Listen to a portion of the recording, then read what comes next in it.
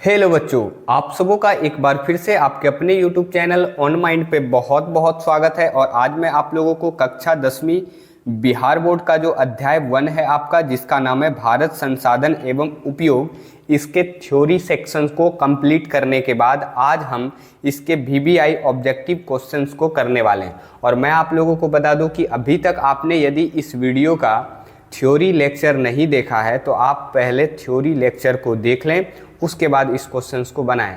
और यदि आप नहीं भी देखे हैं तो आप चिंता मत करें, आपको सारी बातें जो है वो समझ में आएगी, क्योंकि मैं यहाँ आपको सिलेक्टेड क्वेश्चन ही कराऊंगा जो आपके एग्ज़ाम की दृष्टिकोण से महत्वपूर्ण होगा। और ये क्वेश्चंस आपके एग्ज़ाम में पूछा जा सकता है। और यदि आपको इसका PDF चाहिए तो आप हमारे फेसबुक, इंस्टा और टेलीग्राम, इन तीनों से जुड़ करके इसका PDF जो है वो प्राप्त कर सकते हैं। इन सबों का लिंक जो है डिस्क्रिप्शन में दिया गया है। तो चलिए फिर शुरू करते हैं। तो इस अध्याय का हमारा पहला क्वेश्चन है, सौर ऊर्जा निम्नलिखित में से कौन सा संसाधन है। तो आप लोगों ने यदि पढ़ा होगा तो मैं आप लोगों को बता दूं कि सौर ऊर्जा जो है ये एक प्रकार का नवीकरणीय संसाधन है, क्योंकि आप इसे दोबारा जो है वो बना सकते हैं। और जिस संसाधन को आप दोबारा बना सकते हैं उसे नवीकरणीय संसाधन, नवीकरणीय यानी कि जिसे नया बनाया जा सकता हो। तो शायद आप समझ पा रहे होंगे। और मैं आप लोगों को बता दूं कि ये क्वेश्चन 2019 में आपके बोर्ड एग्जाम में पूछा गया था। तो इसलिए मैं आप लोगों को पहले ही बता चुका हूं कि इसमें वही क्वेश्चंस को हम लोग करेंगे जो एग्ज़ाम की दृष्टिकोण से महत्वपूर्ण होगा। और ये बहुत ही छोटा सा वीडियो होगा। और इसके बाद मैं आप लोगों को इसका सब्जेक्टिव क्वेश्चंस भी लेकर आऊँगा और फिर अगला चैप्टर भी मैं आप लोगों के लिए लेकर आऊँगा जल्द ही। अब दूसरा क्वेश्चन हमारा है, द्वितीय पृथ्वी सम्मेलन कहाँ हुआ था। को बता दूं कि द्वितीय पृथ्वी सम्मेलन जो है वो न्यूयॉर्क में हुआ था। और मैं आप लोगों को ये भी बता दूं कि पृथ्वी को बचाने के लिए 3 अलग अलग सम्मेलन हुआ था, जिसमें प्रथम, द्वितीय और तृतीय, ये तीनों आपको ध्यान रखना है, जिसमें द्वितीय आपका न्यूयॉर्क में हुआ था। तो आप यहाँ वीडियो को रोक करके तीनों पृथ्वी सम्मेलन कब और कहाँ हुए थे इसको आप जो है पढ़ सकते हैं। अब आगे बढ़ते हैं। हम लोग का जो तीसरा क्वेश्चन है वो है, विश्व पर्यावरण दिवस कब मनाया जाता है।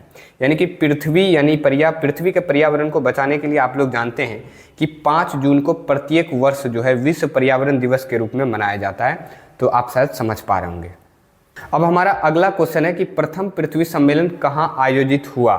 तो आप सभी पीछे देख चुके हैं कि ये रियो डी जेनेरियो में प्रथम पृथ्वी सम्मेलन हुआ था, और द्वितीय पृथ्वी सम्मेलन न्यूयॉर्क में हुआ था, और तृतीय जो हुआ था वो जोहान्सबर्ग में हुआ था।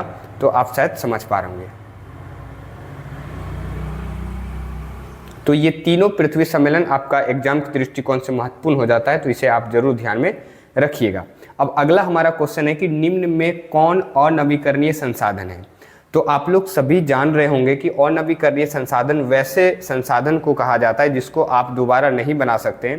तो इसमें जीवाश्म ईंधन जो होगा वो आपका अनवीकरणीय संसाधन होगा। और जीवाश्म ईंधन में आपका पेट्रोल वगैरह जो है इसी में आता है, यानी कि पेट्रोल एक तरह से जीवाश्म ईंधन ही होता है। और आप सभी जानते हैं कि पेट्रोल को आप दोबारा जो है वो नहीं बना सकते, तो जीवाश्म ईंधन जो है वो अनवीकरणीय संसाधन होगा।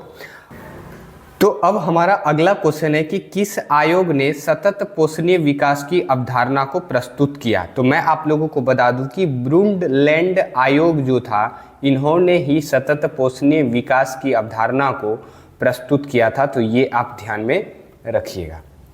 अब हमारा 7वां क्वेश्चन है कि लौह अयस्क है।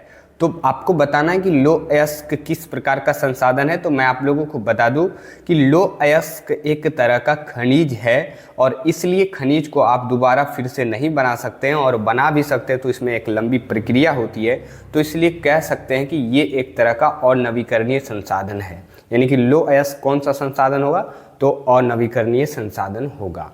तो आप ये ध्यान में रखिएगा। ये भी क्वेश्चन आप देख सकते हैं कि 2021 में आपसे पूछा गया था आपके बोर्ड एग्जाम में।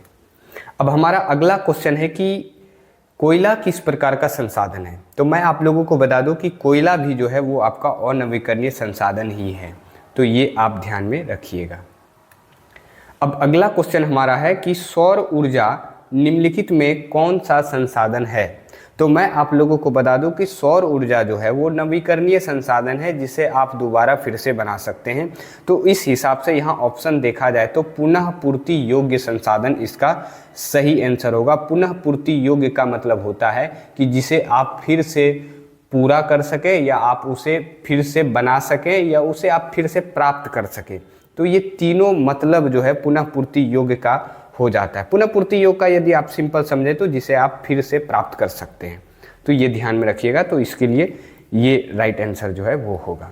अब अगला क्वेश्चन हमारा है कि भारत के किस राज्य में सौर ऊर्जा के विकास की सर्वाधिक संभावनाएं हैं। तो मैं आप लोगों को बताया था कि 2 ही राज्य हैं, राजस्थान और गुजरात, जहां सौर ऊर्जा की सर्वाधिक संभावनाएं हैं, जिसमें यहां एक ऑप्शन हमारा मिल रहा है सी में, राजस्थान। तो राजस्थान इसका जो है वो सही आंसर होगा।